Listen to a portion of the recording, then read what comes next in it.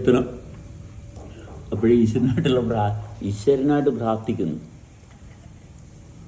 ഈശ്വരനുമായിട്ട് ഞാൻ താതാമ്യം പ്രാപിക്കുന്നു. എന്നുവെച്ചാൽ ഞാൻ സൃഷ്ടിക്കപ്പെടുന്നു.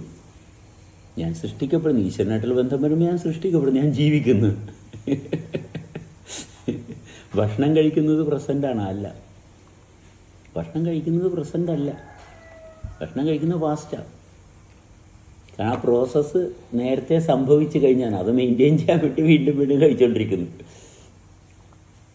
ശരീരം ദഹിക്കുമ്പോഴാണ് വീണ്ടും ഭക്ഷണം കൊടുക്കുന്നത്, വീണ്ടും ശരീരത്തെ നിലനിർത്താനാണ്.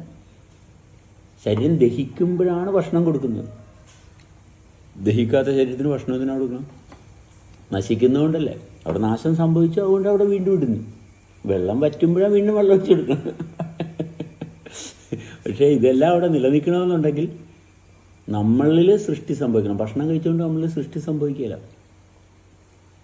ഭക്ഷണം കഴിച്ചുകൊണ്ട് സൃഷ്ടി സംഭവിക്കത്തില്ല. അതുകൊണ്ടല്ലേ ആൾക്കാർ രോഗം വന്ന് മരിച്ചു പോണത്. സൃഷ്ടി സംഭവിക്കണമെങ്കിൽ ഈശ്വരനായിട്ടുള്ള ബന്ധം വേണം. ഈശ്വരനായിട്ടുള്ള ബന്ധം എവിടെയുണ്ട്? നമ്മൾ ശൂന്യതയിലെത്തുമ്പോൾ. അപ്പോൾ ഇത് മെയിൻ്റനൻസ് മാത്രമാണ്. ഇതല്ലേ ഈ സംസാരം എല്ലാം മെയിൻ്റനൻസാണ്. അല്ലാതെ കാട്ടാൻ പാടുപെടുന്നവരും മുഴുവൻ എപ്പോഴാണ് സംതൃപ്തനാകുന്നത്? അപ്പോൾ സൃഷ്ടിപ്പ് തുടങ്ങിയിട്ടില്ല. സൃഷ്ടിപ്പുണ്ട്, സൃഷ്ടിപ്പ് എപ്പോഴും നടക്കുന്നുണ്ട്. പക്ഷെ നമ്മൾ ശ്രദ്ധിക്കുന്നില്ല, നമുക്ക് താല്പര്യമില്ല. നമ്മൾ സൃഷ്ടിയാകുമ്പോഴാണ് പ്രശ്നം വരുന്നത്. നമ്മൾ ഭക്ഷണം കൊണ്ട് നമ്മൾ സൃഷ്ടിക്കാൻ നോക്കുന്നു, നടക്കുക. ഭക്ഷണം കൊണ്ട് നമ്മൾ സൃഷ്ടിക്കാൻ പറ്റത്തില്ല.